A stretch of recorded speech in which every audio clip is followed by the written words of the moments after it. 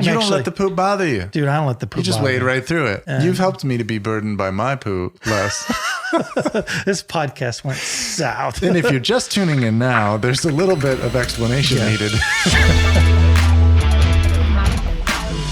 Welcome to the Chasing Mountains podcast. Today we're talking about Henry Ford.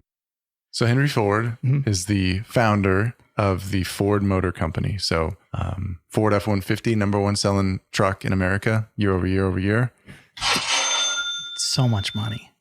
So much money. But it didn't start off as this multi-billion-dollar corporation. No. Where did it start? Let me tell you about that corporation really quick though. Do. The 2021 production output for Ford was 4.2 million vehicles. Their world headquarters is in Michigan. 2021 total revenue is 136 billion. So are they still in Detroit? I say again.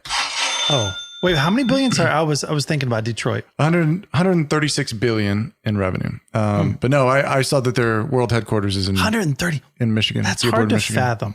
Dearborn. So I don't know if I don't know. Where's Dearborn? Maybe it's near Detroit. Forgive me for not knowing that. Let me see. We'll find out. Do you remember our trip to Detroit where I think it might have been for Ilea trying out for some show, and it told us we're going through all these crazy downtown streets. I don't think I went on that. You weren't on that one? Okay. Was that The Voice? It might have been. My sister was trying out for The Voice, and she had like a second round competition, like tryout. Second or third round, yeah. Yeah, second or third round. Oh, so Dearborn is right near Detroit. So I think you're right with that. Like, it's right. Ooh, it really is. Maybe it's a suburb, I guess. But either way, we're going into the city, right? And we're late as it is. So we're trying to find our way to it. And we're following what the GPS said. And at one point in time, we get to a certain section of the city, and it's not exactly the best side of town. And it told us to get out of the car and walk like 600 feet to your location. And we were just like, hell no. And we went around the block and found some way to go inside the garage. That's a good decision. His sister's my wife, so I don't know if we said that. So yeah, I appreciate that. Yeah. But so you guys didn't do that. It seems like so they've stayed loyal to Detroit, and that's kind of where a lot of the roots were. For the entire car industry. Yeah, that's what I was gonna say. But yeah, they appear to still be there. So that's what I got for the intro for Ford Motor Company as far as like what it is now. But I feel like maybe that's the only thing keeping Michigan alive is just the fact that Ford's headquarters is there, and not Michigan, excuse me, Detroit. I mean, that used to be several million people live there, and now it's like just a few 100,000. And so there's still the infrastructure for what used to be several million people. There's an entire skyscraper completely empty. And I mean, it's probably full of, unfortunately, bums or homeless people. I don't know what they call unhoused.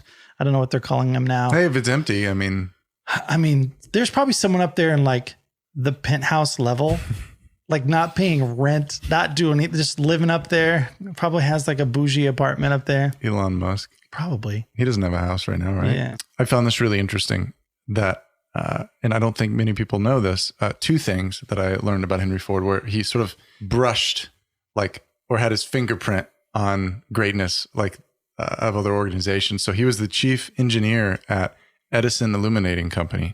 So he worked for Thomas Edison. It was the chief engineer, and Thomas Edison eventually is who gave him the green light. No pun intended. He gave him approval and funding to begin researching automobile experimentation. Really? So I didn't know that. Yeah. And I knew they were friends later on in life, but I didn't realize it started at the beginning of Henry Ford's career. It was in the late 1800s. His first company that he started to create cars was the Henry Ford Company. And it was established in 1901. This is super interesting to me. It was him and 11 other founders or investors. He was the founder, but 11 other investors. He left that company. He sort of set it all up, got it all ready to go. It's named after him, and he leaves his own company? Yeah, but he was able to take his name with it. But that company, sort of the bones of what was left that he liquidated, became Cadillac Motor Company. Oh, shoot, a competitor? Yeah. So he set everything up as Henry Ford Company in 1901, left it, and it was purchased and became the Cadillac Motor Company in 1902. Now, is this the one that I was telling you earlier before the podcast that they were frustrated because he was spending so much time racing? I think that was later. Was it later I heard in life? that was later in life, okay. Yeah. Which we can talk about that. Because I also heard he didn't really like racing, but he did it because to promote vehicles. People would show up. You got to think about, how do I expose a brand new brand to the world? Yeah. How do I, get people to even hear the name? Well, racing, if you win, you're on the newspaper, you're on every single newsstand, on the radio back then. So yeah. But listen to this timeline. Okay, listen to this timeline. for it. Creates Henry Ford Company in 1901, left it and sold essentially the assets to what would become Cadillac Motor Company in 1902. He then starts Ford Motor Company in 1903 at 39 years old, which obviously becomes huge success. We'll talk about it. But then GM purchases Cadillac in 1909. And so GM is the number one car manufacturer in the country. Right. Ford is second largest motor Oh, company man. in the country. So like there's like two really interesting things happening simultaneously that I see there, where it's like, wow, what an amazing thing that he starts this company. I don't know the details as to like what, I think there was some issues with investors, but basically like the first attempt didn't work. And he was quick to scrap it and be like, it's fine. Let's go do something else. I'm going to set up Ford Motor Company. He was known to have a pretty bullheaded like personality. Sure. My way or the highway. So maybe that's what caused it. Yeah. Well, but like, so great, like positive attitude and forward looking, future looking, just kind of like, all right, this didn't work, but no problem. We're going to start Ford Motor Company over here and it's going to be great. And it was. But the cost of that didn't just cost him like a year of his time. It like, it created, like it helped to boost GM. Now GM, maybe, like I said, GM bought Cadillac in 1909. So, GM's trajectory, still could have put it to end up being like number one anyway. But I think Cadillac vehicles, I think I saw there's only 300,000 or 400,000 that are sold every year compared to, like I said, the output was 4.2 million for Ford. But anyway, I thought that was really, really interesting. Really I don't think interesting. so it was like his raw materials, his sort of the ghost of Henry Ford that led to Cadillac. A competitor. Yeah. Back then, you didn't own a car. You couldn't afford a car. The only people who had cars were the wealthy. And so all the car manufacturers catered to the wealthy. They were big, they were bulky, they had big engines. Henry Ford was kind of the one that came out and said, no, every man should have a car and we'll try to make it affordable. Can I speak to what affordable meant at that time? Please. Do you know the cost of the Model T? No. He established, as we talked about, Ford Motor Company in 1903. It was 1908 that the Model T was introduced. When it was first introduced, it was $950. Wow. And then in 1927, so almost 20 years later, they reduced the price to $290. For a car? Yeah. 20 years later, it was $200? Yep. So in 1927, it was $290. Wow. With the intention of making it more affordable to a Right. larger segment of the population. So originally, when they came out with this, I think it was called the Model A, the original one, and they could only produce 26 cars a day fully staffed. And that was not enough to keep up to the demands. And so they had kind of some small automation or an assembly line going on, but it wasn't enough until they revamped the whole factory.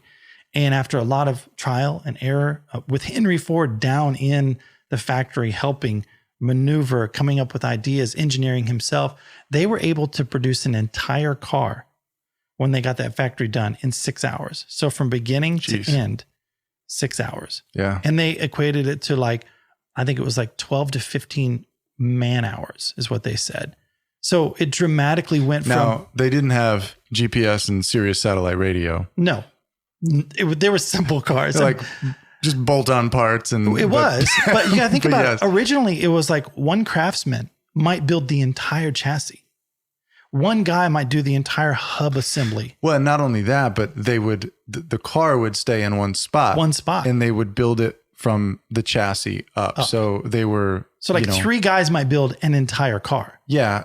But if they needed other people, those people were coming to the car. They were bringing the necessary tools to the car. Yeah. The parts to the car.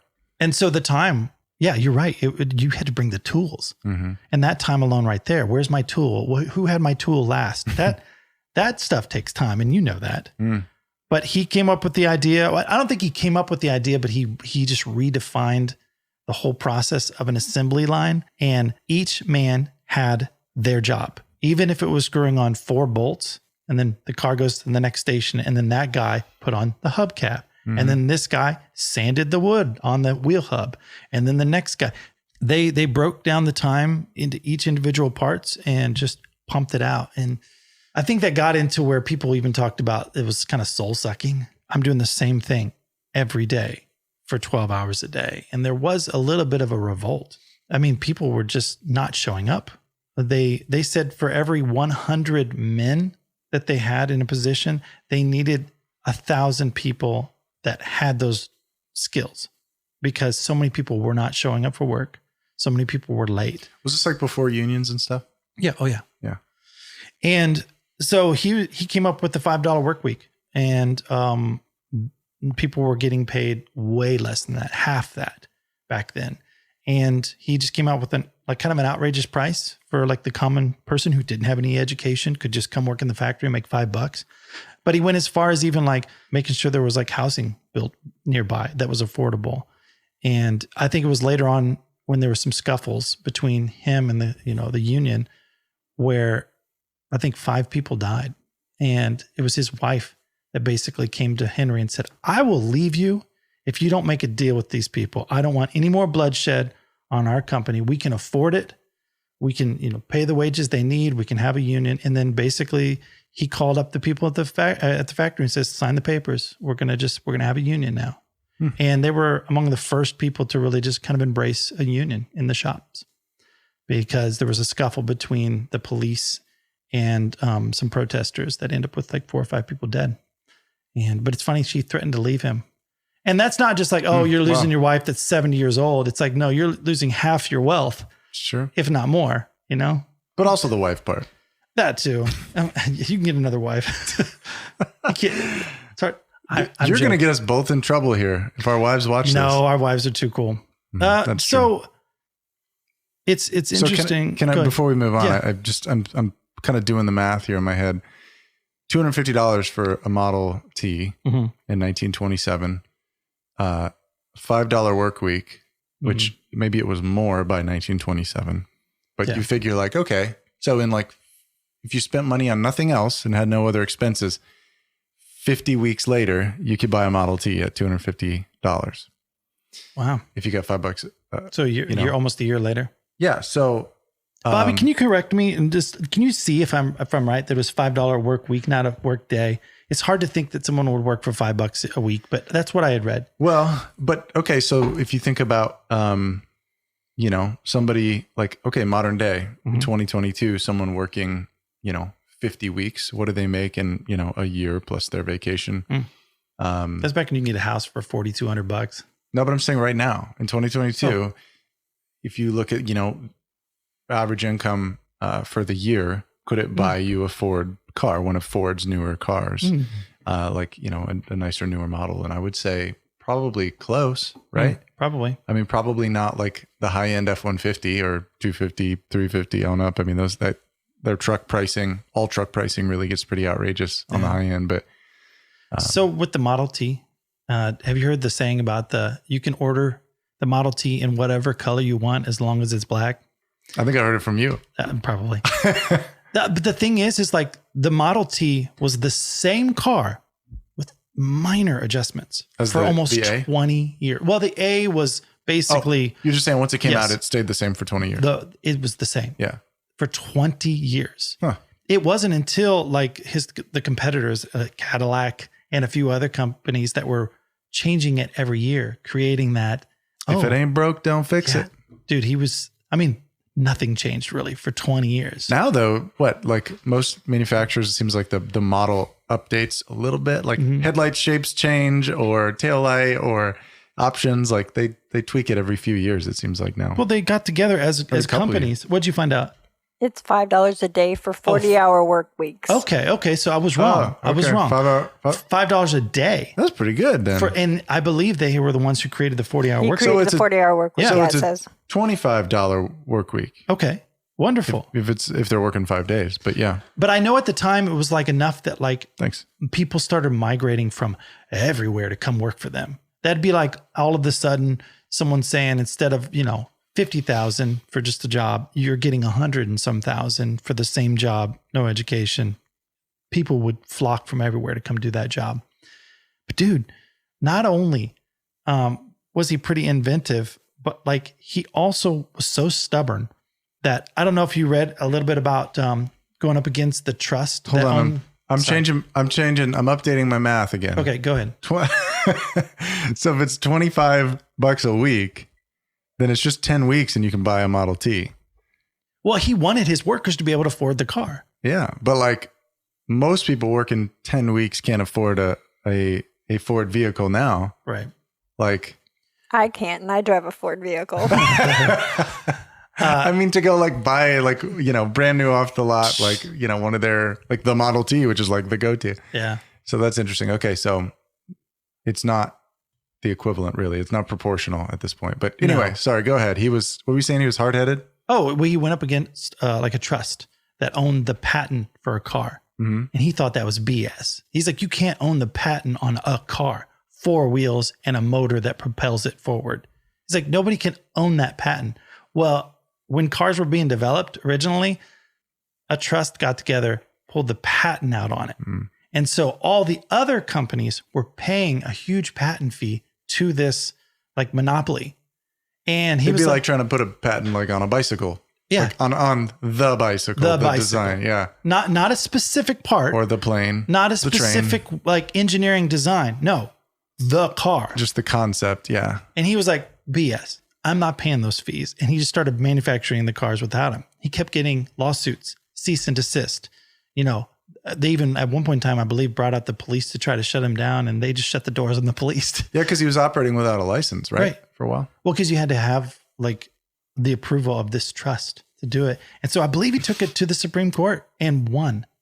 Wow. And that basically made that trust dissolve because once the courts decided, nope, you can't own a patent on a complete idea. He's like your kind of guy. Oh, yeah. Like, except for the fact that he was pretty racist and hated Jews. Well, fine. That's okay. That aside, that's a difference. But yes, but no, like you're someone who would like call up the government, the IRS, and be like, yeah, this is dumb. I'm not going to pay this. And like, oh, okay, all right, fine. Yeah, you don't have to pay it. Yeah. But I mean, he fought for a long time. It cost him a lot of money. But even the courts at one point in time were saying, okay, you got to stop till we figure this out. And he's like, okay, and just kept like printing cars out of the factory because how else is he going to pay the bills? Yeah. And that was one of the things, though, that these big trusts will do. They'll come in and they'll try to just dominate and keep it drawn out in court. Well, we talked about that a little bit, I think, with not in a ton of detail, but with Elon Musk when he, with Tesla, like he faced a ton of pushback from the powers that be in the auto industry, right? Oh, yeah. Well, on that note, did you see like the Biden administration invited all the EV revolution, like car manufacturers to the White House, invited all of the main like manufacturers to the White House for some money. And they did not invite Tesla. Really? Yep. And they gave out awards to like GM for being the innovative EV revolution things. And mind you, all of them combined. None of them were doing it until Tesla made such a splash. Yeah. The OEMs, the manufacturers like Ford, General Motors, all of them said it wasn't possible. Right. And so it took a rogue company and a crazy guy who also makes rockets to prove that it's possible. And memes too. And memes. Yeah. Oh yeah. He's a meme lord. But he literally, they didn't invite him. And because that's crazy, because he's not a fan of unions. And so they are fans of unions at the White House. And so, they didn't invite him and he thought that was funny. And combined, all of those manufacturers do not produce what Tesla does. It's as far as the number of electric vehicles. That's crazy. That's some BS. Yeah. Like whether you like the guy or not, I mean, that's the funny thing is a lot of the people who want the green cars hate him as a person. So they're driving the car that he has, but also hate him. So it's like, okay. So quick takeaway then. Yeah. As we talk about this with Elon Musk and with Henry Ford, if you're trying to do something, if you're trying to like go up against the giants and you're trying to, push your way into like just, through sheer will and force push your way into an industry, you're facing that pushback, like that's maybe a good sign. Oh yeah. It could be costly, it could be difficult, it could be a gigantic pain, but you might be doing it right if you're a threat. Yeah. I think if it's just easy peasy, you're probably not making a difference. Yeah. And if it's too easy, you're also probably not providing value. Right. Because like if consumers can do it themselves, or if your competition can offer it, then they will. Mm-hmm. And so, I think the best ideas are also ideas that are difficult to realize, like meaning to see them through, because that's what makes them worth it, basically.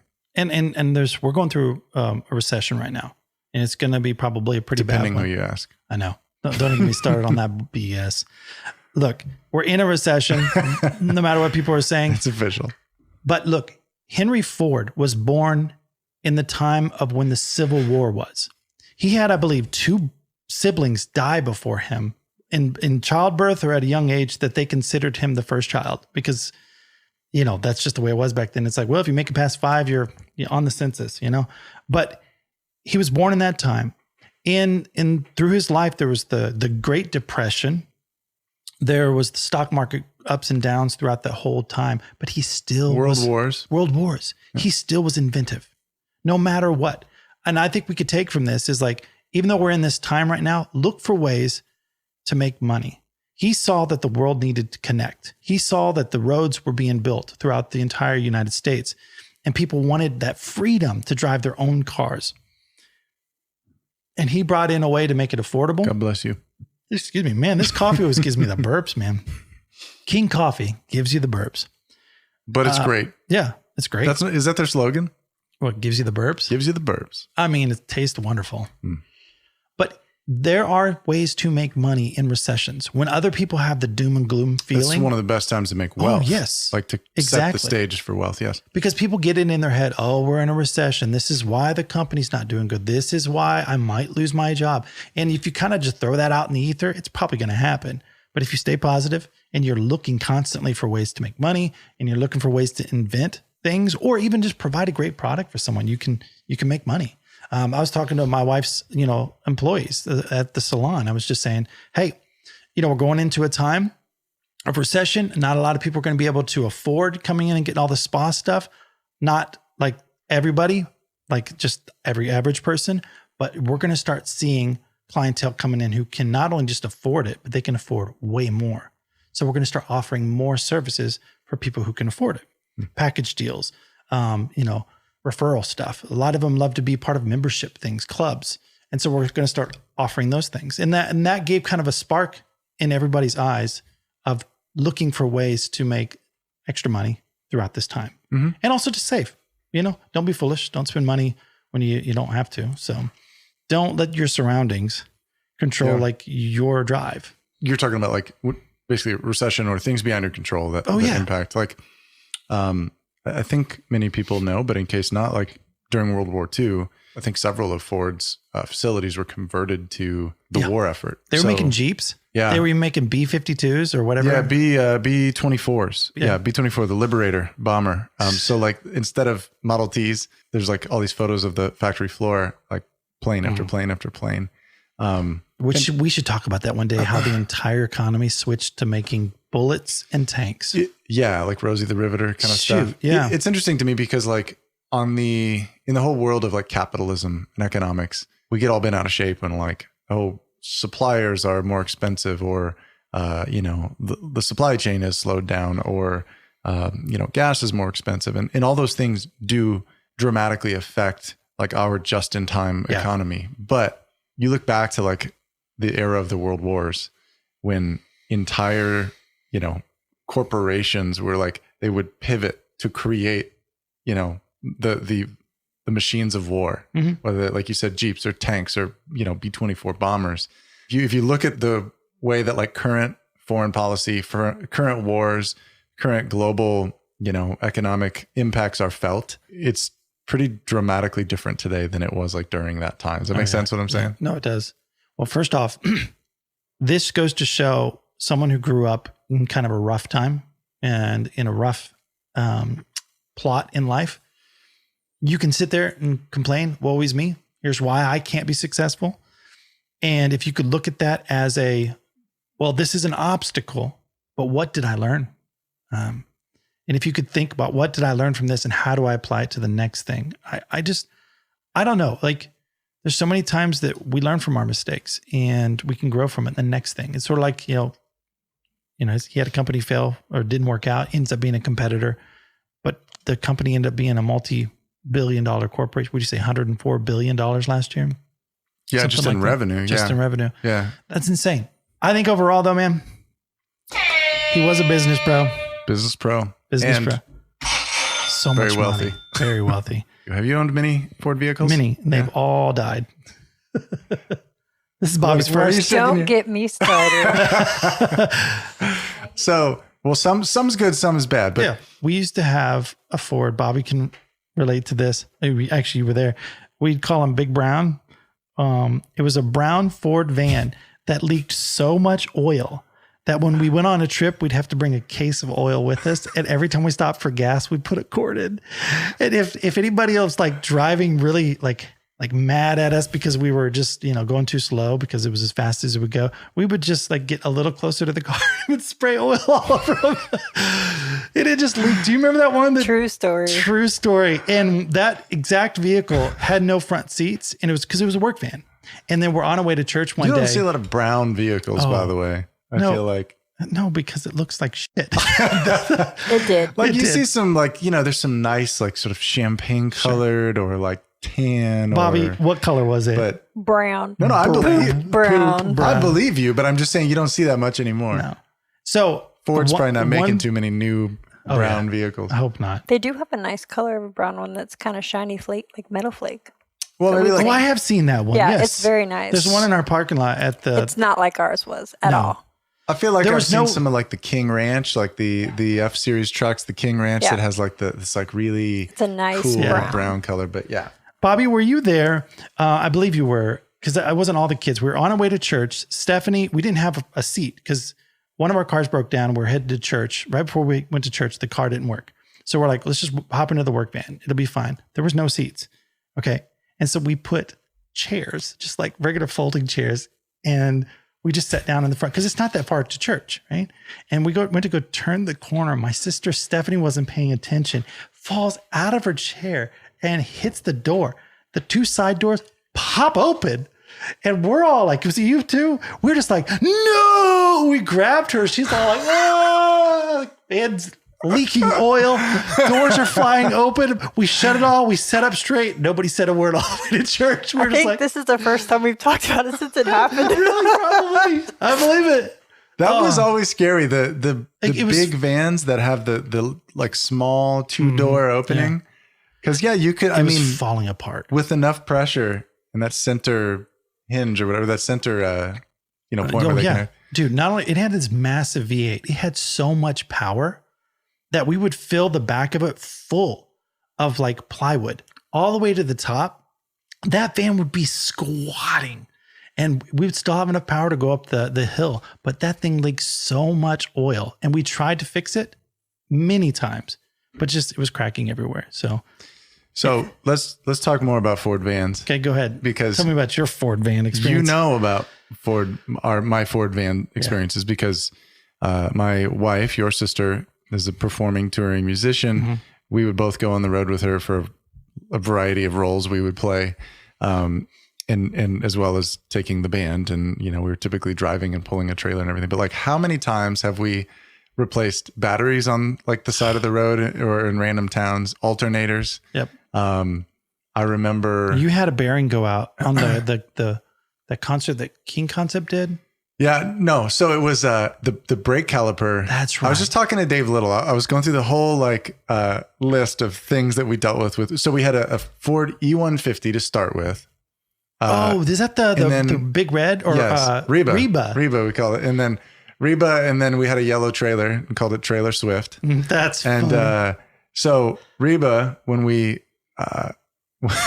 this reminded me, you're talking about oil. I don't know if you remember this, but when we first got it, it burned through gas like crazy, like Reba, crazy. Yeah. Oh. And I thought, wow, this thing gets terrible gas mileage. Well, that's because it was literally leaking gas on the from the tank. The tank had like eroded. Oh my God. And so it was getting worse and worse and worse.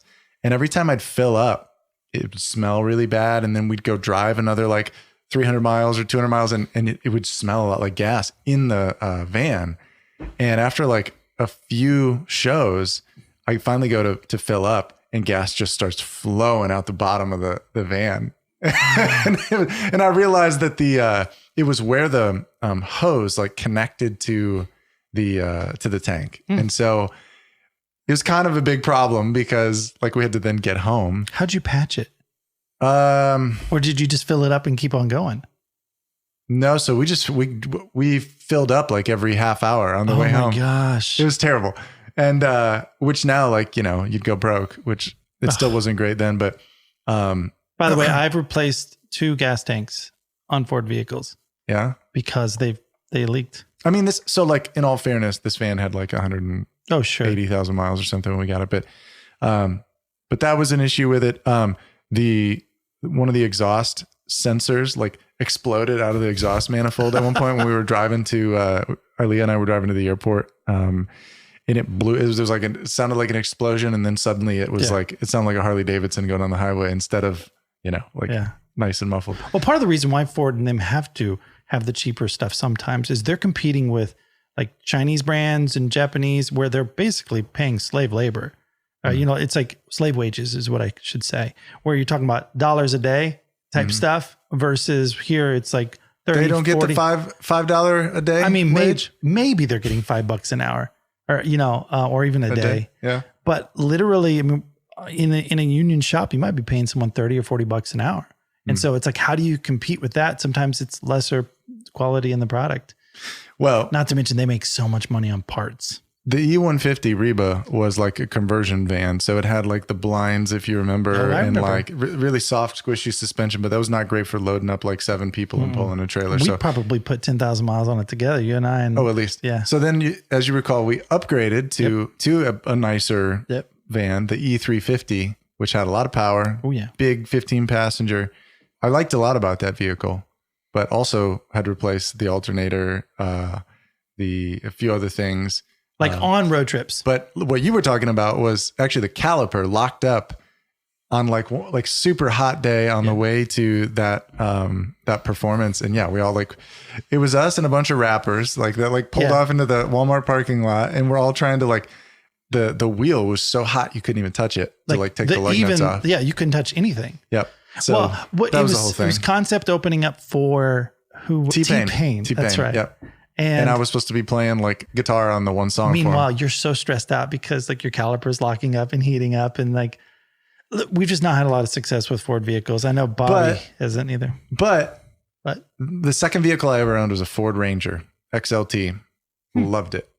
Awesome. Just few minor maintenance things. I actually drove up on a curb one time and and took a giant chunk out of my tire, but that's a different story. Yeah. I was distracted. I was not drunk. Oh, good. That's good. I don't give me that look. Being distracted is not that's a believable state for me. So, I get it. But the truck was awesome. So I will say the Ford Ranger was a good buy. Yeah. I've only had bad experiences with Fords and I won't buy them anymore. Henry Ford would be disappointed to hear that. Yes, he would totally be disappointed because they used to be reliable vehicles. And I just think that maybe it's just because I am a stingy guy and not stingy, I'm frugal. I buy used vehicles. Have you ever owned a Model T though? No, but I hear that's a good one. I've driven a Model T. You have? Yeah. Does it just rattle your bones? I mean, I only went up the block. They didn't trust me enough to do anything with it. It was a friend of one of my uncles had it and we got to drive it. And I loved old vehicles. That's got to be like an expensive. The guy was like, "Don't chip the lacquer." It's like, I didn't know what that meant. It was the paint. It was a lacquer paint. And I was like, "Oh, okay, sir." So we also own a GM. You own a Chevy, a GM vehicle. I think a couple of them. Is your red car also? It's a Hyundai. Oh, okay. Well, so that's where I'm going with this. Okay. I don't love American cars, most of them. Right. I feel like if you want a car that's going to do well over the long haul, I shudder to say it, but like some of the foreign cars are the way to go. Like I drive a Toyota Tundra.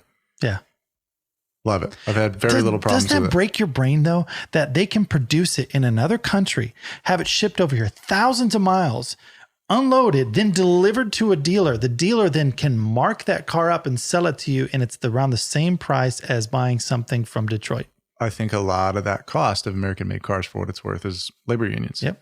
That's why they're trying to automate away jobs, man. I'm just saying, cost aside, in my experience, especially when you get up to the higher mileage, which as we've all talked about, like we, try to buy used cars, but it just seems like sometimes the used American vehicles just don't quite hold up the way that some of the foreign cars do.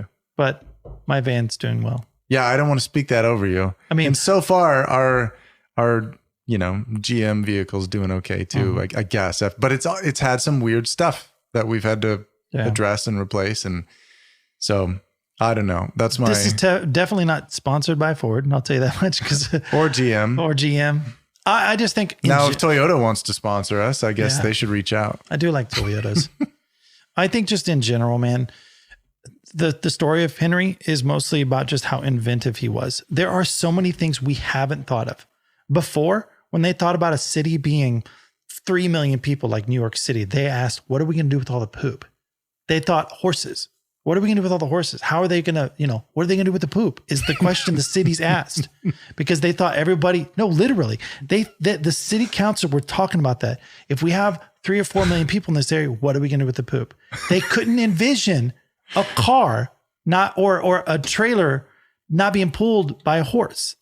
So just because we don't know of a new technology that's coming, there's going to be something invented out there that will create a new industry. All right. So we're going to take this moment to like Chasing Mountains podcast. Okay. This is going to be our concept. We're going to put it on t-shirts and everything, but this idea of like this deprivation mindset, we talk about a wealth mindset, sure, but this idea of this deprivation mindset where like how often entrepreneurs or cities, government, whatever, you can't get to that next like revolutionary phase, that phase of incredible innovation, because you're stuck asking the question, like, what are we going to do about the poop? Right. Which is a super important, very like pertinent question when it is. Yeah. But like, I think we got that handled in most cities now. There's still somebody's concerned, but like, but no, it's an interesting place to be. Like, you can't leap into sort of what the future has in store for you and the great success and immense wealth and innovation, because you have to like meet that first like human need of what are we going to do with all the poop? Who cares about like how we're going to, amass this wealth and change civilization? Just to clarify, they were talking about horse poop. What to do with the horse poop? Yeah, fine. But that's what but I'm also saying. The people poop. That too. But I'm just saying it's interesting because how often do so many people, even on a personal level, I think we've both been there. We've all been there where like you can see like what is waiting for you on the horizon, but sometimes we're just so buried with the burden of like everyday life. Sure. Of what do we do with the poop? Right. It's like, that's what you spend most of your days asking versus like, okay, let's just imagine for a second the poop is handled and that's not an issue anymore.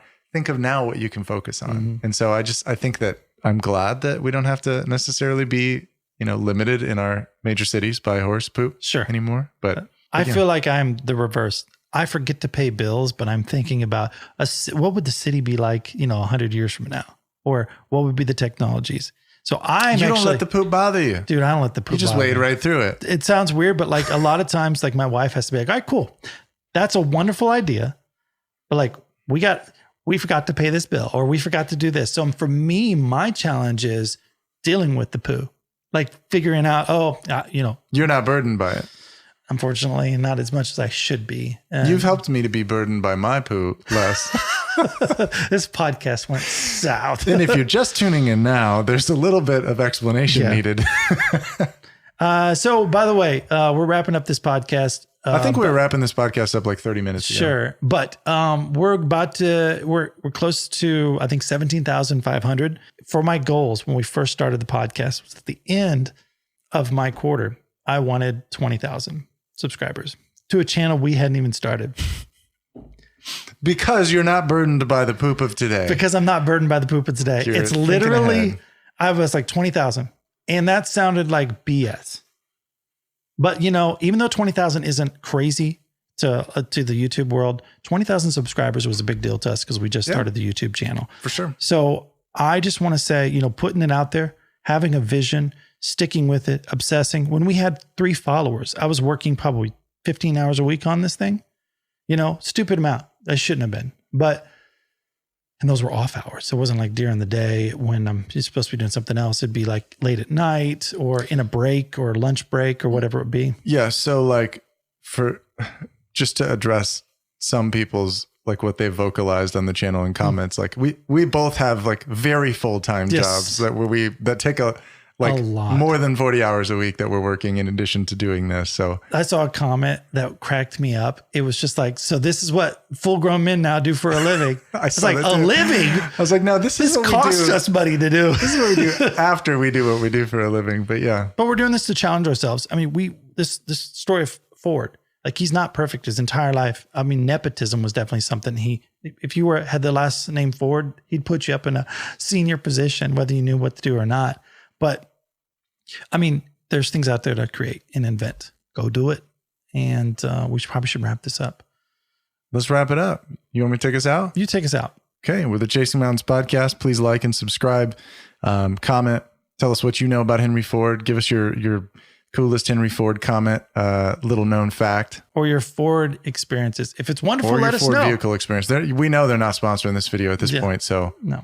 But you know, if you got some good Toyota experiences, tell us about that. Tell us. And we'll get them on board. Yeah. Thanks, everybody. This episode brought to you by Toyota. Not really. Peace out. See ya. The thoughts and opinions on this show do not reflect those of our advertisers, employers, or other affiliates. The content should not be considered legal or financial advice. The Chasing Mountains podcast is a production of Chasing Mountains Media.